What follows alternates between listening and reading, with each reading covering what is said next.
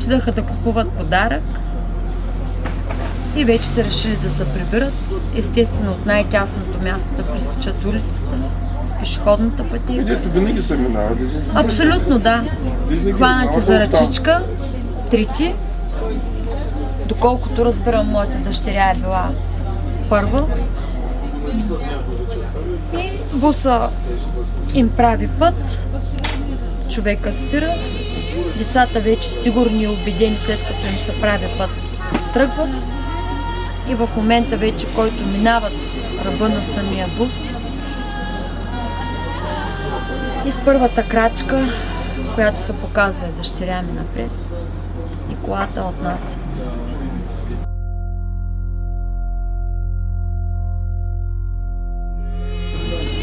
Блъска я, тя може би още от самия блъсък да се е починала.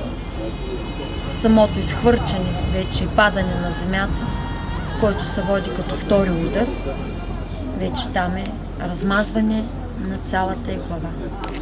Черепчето й беше вътре в мозъка. Аз съм била сигурно на 5-та или на 6-та минута при нея. Едно от дечицата се обажда на майка си. Жената е в нашия ход, комшийки сме. Тя вече е била пред входа, след като ми се обади, аз веднага тръгнах.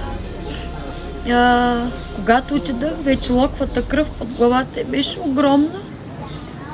Напластена от устичката и течеше кръв. Цялата е уста така на една страна. И вече имаше една много голяма и дълга струя от кръвта, при което аз вече колкото и се търкалях и се тръжках върху нея и така, се обърнах и казах, че дъщеричката ми е починала. Вече не ми беше нужно да идва бърза помощ. Аз знаех, че е починала на място. 20 на минути. 20 минути не беше дошла. Линейка не беше дошла. Но и да беше дошла, нямаше да ме Тя се спаси. беше починала на място. Защото просто тя се е починала още на място.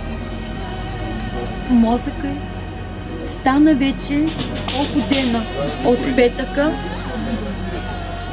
От петъка. Това петно всеки ден го мием, няма Всеки мием. ден Това не ми е кръв. петното. Това не е кръв. Ако отидете сега, имате възможност.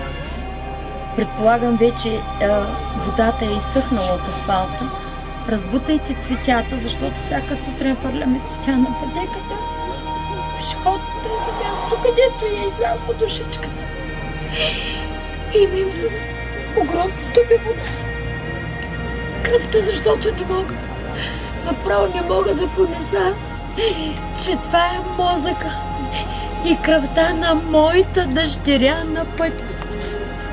И ако знаете, като гледам колите как минават върху това петно, нямам думи. Нямам думи. Гледайте ги тези пешеходни пътеки, бе, хора. Гледайте ги, бе. Наближаваш пешеходна пътека, означава, че вече намаляш.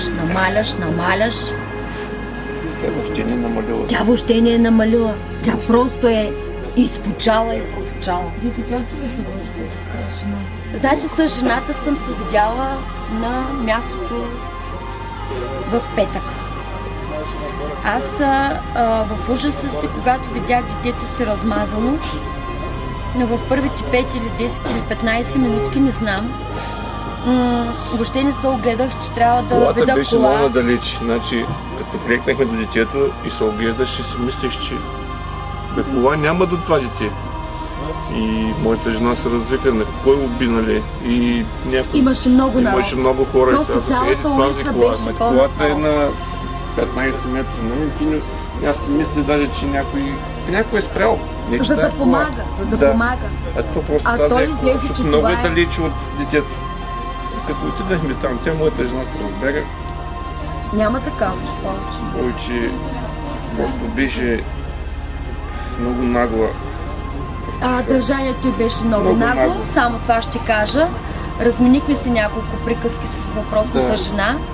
Нагло. Това По-нататък. ми е отскубна жена ми да няма последици, защото, не знаете. Би трябвало аз да свърша лошото, но Това са пълни. имах сили Не. да я дръпна и да я махна. Но не си заслужава. От Детенцето ми убийцата съм я седи, дръпнал. детенцето ми седи размазано. Таткото да Намерих ходи да сили съпи, просто не. да я дръпна. За нищо не съм. Има си съд, вярвам, все още вярвам. Таткото да ходи да е убил. Вярвам това начин. уж в съда, вярвам на всичко, защото просто тя е убита на пътя. Се обадя да ти кажат, Това е. идвай, Валя умря.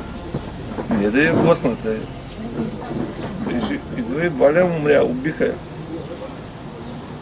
Да, дето всеки, нали, очакваш живо здраво, Ама, нормално, много хубаво здраво, но дете. като отидеш и като легнеш и го видиш, че си... За мен човек то се вида, че детето няма, то си беше умрял. Аз го пипах за... Ето къде си мисля, че пулс има. Аз се усещам моя пулс. То бил моя пулс, аз викам живо, ама друг път. То било моя пулс. Сутрин не караме на училище, вечер я връщаме с да не ходи, да не е майка и затова не ходи на работа, за да може само с нея да се занимава. Ето И стана- естествено с баткото, но вече Да, баткото е голям по-голям. сега, нали? Само с нея се занимаваше да я пази. И След това тази цената въобще не би се обаждала, така ли? тя не излезе от колата. Тя не излезе от колата.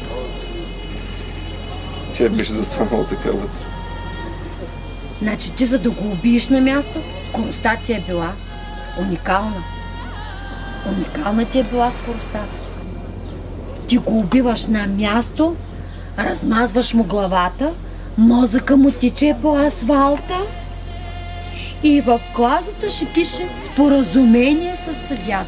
Страните може да искат споразумение. Какво е това? Но страните не сме ние. Страната е съдята и тя. Това е. Погребах я само с чело. Погребах я Беше само само с чело. с чело. Възглавничката съм я крила с цветя, защото не издържах. Цялата възглавница беше с кръв. А тя е 12 годишно дете. И я целувах само по челцето. Отзади нямаше глава. Не, ти не даде шанс. Тя ни даде шанс. Дори ни даде шанс да й бъдат очичките отворени, когато аз отидах.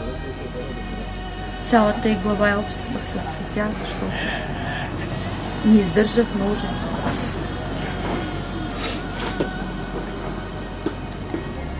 Кръченците й бяха надути, изпочупени. Тя беше като Не съм ми сложила сандалетки на кръчетата. Босичка е. Отстрани съм ми ги прибрала. Защото краката й не бяха загледани. Не бяха загледани. Беше много лъчезарна и много добра. Много мразеше, когато нейните приятелки се скараха. Беше дете на правдата. Не искаше да се карат всичките, защото те бяха компании десетина момиченца. Искаше винаги всичките да бъдат заедно, когато някой с някой се скараше, коментираше в къщи. Беше усмихната много, ето и ги снимките. Тая година ми беше казала, че като свършим училище, ще се запишем на плуване, да плуваме, да оползотворим както иска тя лятото и колелото да бъде готово. Да караме колело. Няма да караме колело и няма да плуваме. И на 15 септември, като чуя фанфарите, и ще искам да отида в училището и няма да искам да отида.